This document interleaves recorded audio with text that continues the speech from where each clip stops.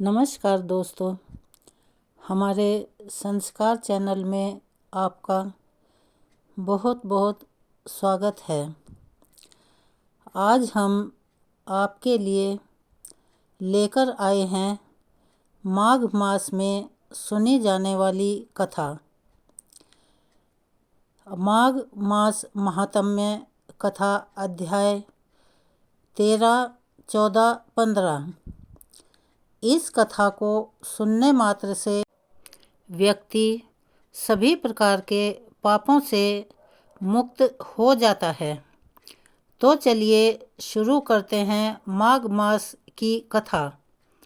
माघ मास महात्म्य 13वां अध्याय।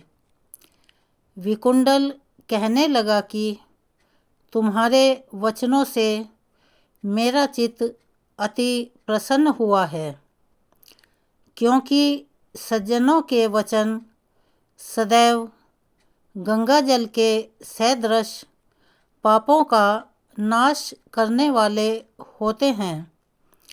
उपकार करना तथा मीठा बोलना सज्जनों का स्वभाव ही होता है। जैसे अमृत मंडल चंद्रमा को भी ठंडा कर देता है, अब कृपा करके यह भी बतलाइए कि किस प्रकार मेरे भाई का नरक से उद्धार हो सकता है।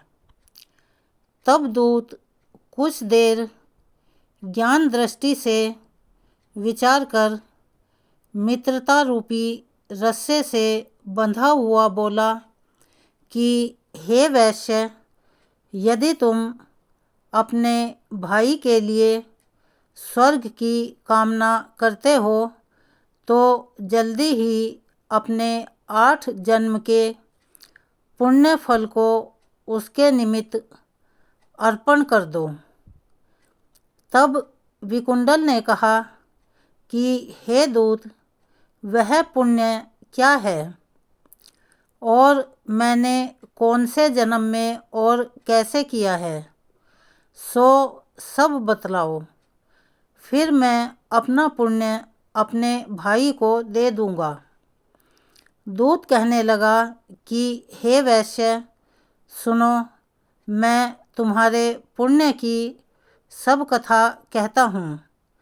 पूर्व समय में मधुबन में शाल्की नाम का ऋषि था। वह बड़ा तपेश्वरी ब्रह्मा के समान तेज करने वाला था। नवग्रह की तरह उसकी स्त्री रेवती के 9 पुत्र थे, जिनके नाम ध्रुव, शशि, बुध, तार, ज्योतिमान थे।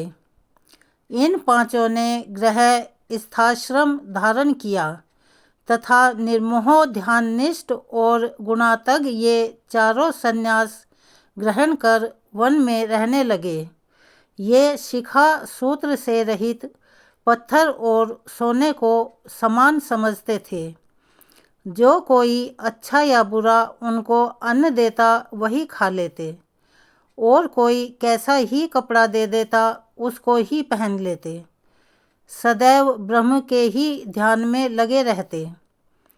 इन चारों ने व्रत, शीत, निद्रा और आहार सबको जीत लिया। बस चर अचर को विष्णु रूप समझते हुए मौन धारण करके संसार में विचरते थे। ये चारों महात्मा तुम्हारे घर आए। जब तुमने मध्याह्न के समय भूखे प्यासे इनको आंगन में देखा तो तुमने गदगद कंठ से आँखों में आंसू भरकर इनको नमस्कार करके इनका बड़ा आदर सत्कार किया। इनके चरणों को धोकर बड़े प्रेम से तुम इनसे कहने लगे कि आज मेरे अहोभाग्य हैं जो आप मेरे घर पधारे। आज मेरा जन्म सफल हुआ। मुझ पर भगवान प्रसन्न हुए। मैं कृतार्थ हुआ मेरे माता पिता, पत्नी, पुत्र, गौ आदि सभी धन्य हैं, जो आज मैंने हरि के सदृश आपके दर्शन किए। सो हे वैश्य, इस प्रकार तुमने श्रद्धा से उनका पूजन किया और चरण धोकर जल को मस्तक से लगाया। फिर विधि पूर्वक इनका पूजन करके तुमने इन सन्यासियों को भोजन कराया। इन सन्यासियों ने भोजन करके रात को तुम्हारे घर में विश्राम किया और ब्रह्मा के ध्यान में लीन हो गए। इन सन्यासियों के सत्कार से जो पुण्य तुमको मिला, सो मैं भी कहने में असमर्थ हूँ, क्योंकि सब जीवों में प्राणी श्रेष्ठ है। प्राणियों में बुद्धि वाले, बुद्धि वालों में मनुष्य, मनुष्यों में ब्राह्मण, विद्वानों में पुण्यात्मा और पुण्य आत्माओं में ब्रह्मज्ञानी सर्वश्रेष्ठ है। ऐसी ही संगति से बड़े बड़े पाप नष्ट हो जाते हैं। यह पुण्य तुमने अपने पहले 8वें जन्म में किया था। सो यदि तुम अपने भाई को नरक से मुक्त कराना चाहते हो तो यह पुण्य दे दो।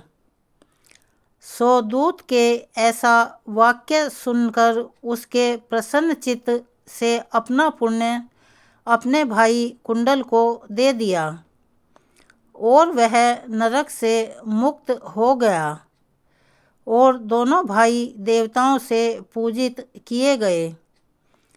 तब दूत अपने स्थान को चला गया। इस प्रकार वैश्य के पुत्र विकुंडल ने अपना पुण्य देकर अपने भाई को नरक की यातना से छुड़वाया। सो हे राजन, जो कोई इस पुराण को पढ़ता या सुनता है, वह 1000 गोदान का फल प्राप्त करता है। माघ मास महात्म्य 14वां अध्याय।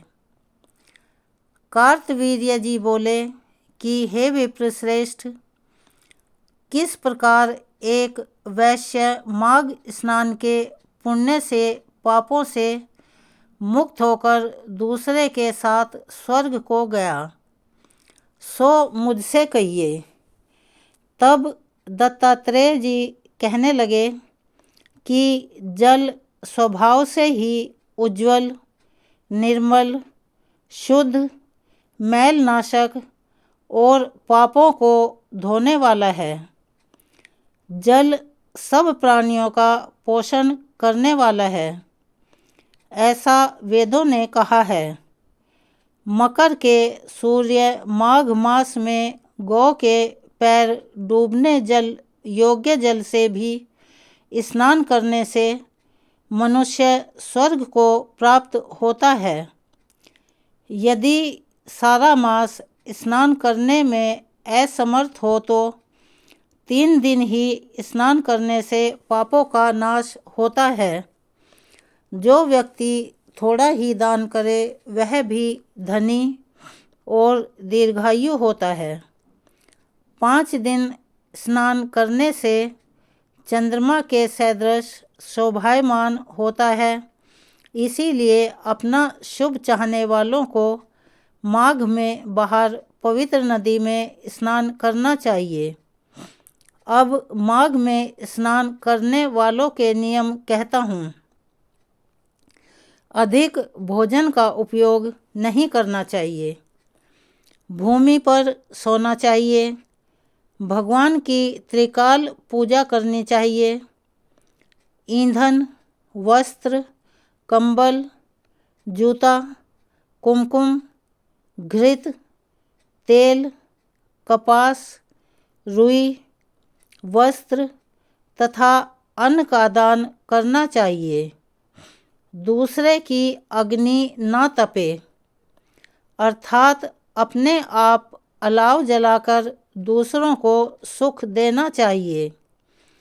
ब्राह्मणों को भोजन कराएं और उनको यथासंभव दक्षिणा दें तथा एकादशी के नियम से माघ स्नान का उद्यापन करें। भगवान से प्रार्थना करें कि हे देव, इन स्नान का मुझको यथोचित फल दीजिए। मौन रहकर मंत्र का उच्चारण करें। फिर भगवान का स्मरण करें। जो मनुष्य श्री गंगा जी में माघ में स्नान करते हैं वे 4000 युग तक स्वर्ग से नहीं गिरते।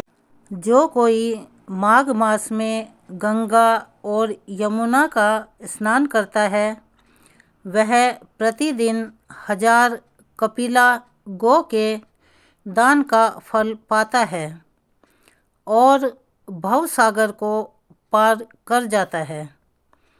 माघ मास महात्म्य 15वां अध्याय। दत्तात्रेय जी कहने लगे कि हे राजन, प्रजापति ने पापों के नाश के लिए प्रयाग तीर्थ की रचना की। सफ़ेद यानी गंगा जी और काली यानी यमुना जी के जल की धारा में स्नान का महात्म्य भली प्रकार सुनो। जो इस संगम में माघ मास में स्नान करता है वह गर्भ योनि में नहीं आता। भगवान विष्णु की अलौकिक माया माघ में प्रयाग तीर्थ पर सब पाप नष्ट कर देती है। माघ मास में प्रयाग में स्नान करने से मनुष्य अच्छे भोगों को भोगकर ब्रह्म को प्राप्त होता है। माघ मास तथा मकर के सूर्य में जो प्रयाग में स्नान करता है उसके पुण्यों की गिनती चित्रगुप्त भी नहीं कर सकता। 100 वर्ष तक निराहार रहकर जो पुण्य प्राप्त होता है वही फल माघ मास में 3 दिन प्रयाग में स्नान करने से होता है।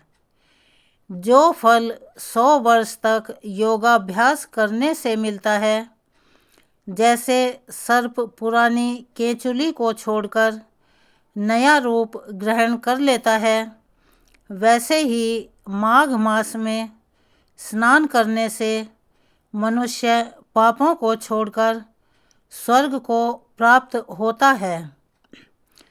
परंतु गंगा यमुना के संगम में स्नान करने से हजारों गुना फल मिलता है। हे राजन, जिसको अमृत कहते हैं वह यह त्रिवेणी ही है। ब्रह्मा, शिव, रुद्र, आदित्य, मरुतगण, गंधर्व, लोकपाल, यक्ष, गुह्यक, किन्नर, आणिम आदि गुणों से सिद्ध तत्वज्ञानी ब्रह्माणी पार्वती, लक्ष्मी, शची, नैना, दिति, अदिति, संपूर्ण देव पत्नियां तथा नागों की स्त्रियों घृतांची, मेनका, उर्वशी, रंभा, तिलोत्तमा, अप्सरागण और सब पितृ, मनुष्यगण कलयुग में गुप्त और सतयुगादि में प्रत्यक्ष सब देवता माघ मास में स्नान करने के लिए आते हैं। इन दिनों माघ मास में प्रयाग में स्नान करने से जो फल मिलता है वह ईश्वर ही कह सकता है। मनुष्य में कहने की शक्ति नहीं है। हजारों अश्वमेध यज्ञ करने से भी यह फल प्राप्त नहीं होता। पूर्व समय में कांचन मालिनी ने इस स्नान का फल राक्षस को दिया था और इससे वह पापी मुक्त हो गया। इसीलिए माघ मास के स्नान की महिमा अपरंपार है। अगर आपको हमारी ये कहानी पसंद आई हो तो प्लीज़ हमारे चैनल को सब्सक्राइब करें, लाइक करें, ज़्यादा से ज़्यादा शेयर करें ताकि यह जानकारी ज़्यादा लोगों तक पहुंच सके। हम आपके लिए ऐसी ही और कहानियां लेकर आते रहें। हमें अपना सहयोग दें। अगर आपको हमारी वीडियो में या हमारी कहानी में कोई कमी नज़र आती है तो कृपया कमेंट करके हमें बताएं। हम उन्हें सुधारने का पूरा प्रयास करेंगे। धन्यवाद। अगर आपने अभी तक हमारे चैनल को सब्सक्राइब नहीं किया तो प्लीज़ हमारे चैनल को सब्सक्राइब करें, ज़्यादा से ज़्यादा शेयर करें और लाइक करें। एक बार फिर से धन्यवाद।